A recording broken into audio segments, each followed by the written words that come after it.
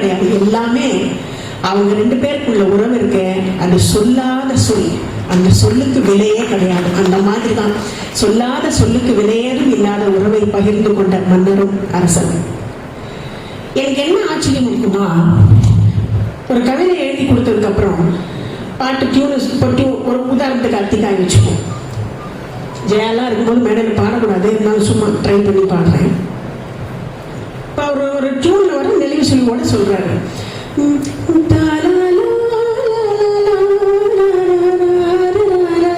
அப்படின்னு சொல்றாரு. இதுக்கு அவர் காயின் எழுதணும்னு முடிவு பண்ணிட்டாருன்னா, இந்த இடத்துல எப்படி வார்த்தைகளை இவர் போடுறாரு, அதை எப்படி மன்னர் அனுபவிக்கிறார் அப்படிங்கிறது ஒரு பெரிய ஆச்சரியம். அத்திக்காய் தான் இப்ப நான் பாடி வச்சேன். அதுலயே உள்ளமெல்லாம் மிளகாயோ ஒவ்வொரு பேச்சு உரைக்காயோ அப்படின்னு எழுதுறாரு கவியரசர். அதை மெல்லிசை மன்னர் டியூன் கொடுக்கும்போது இப்படிதான் கொடுத்துருப்பாரு,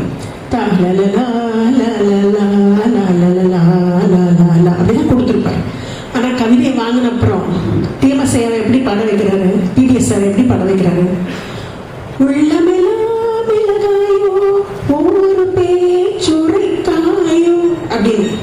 ஏன்னா அந்த பேச்சு உரைக்கும் போது அப்படி கேட்கணுமா, அந்த உணர்வோட அதை மெல்லிசை மன்னர் அந்த டியூன் அப்படி சின்னதா ஒரு சின்ன ஒரு நெளிவு சொல்லி போடுவார். இந்த உறவை தான் நான் ரசிக்கிறேன். இந்த உறவு தான் எங்கேயும் கிடைக்காது, இதுதான் நம்ம ரசிக்கணும். வெள்ளரிக்காய் பிளந்து போல் வெண்ணிலவே நீ சிரிக்காயும் அப்படின்னு எழுதுறாரு. கடைசியில ஒரு அழகான ஒரு முதலிரவு பாடல், ரெண்டு பேரும் நிலாவை காமிச்சு விளையாடிட்டு பாடிக்கிட்டு இருக்காங்க. அதோட கடைசியில கோதையினை காயாதே கொற்றவரை காய் வெண்ணிலா, இருவரையும் காயாதே தனிமையை எங்காய் வெண்ணிலா அப்படின்னு முடிக்கிறார். அந்த முடிப்புல கூட அந்த டியூனுடைய அழக மெல்லிசை மன்னர் ரசிச்சு முடிக்கிறார். இந்த பந்தம் எத்தனை பாட்டு நடந்தது தெரியுமா? இது ஒரு பாட்டு,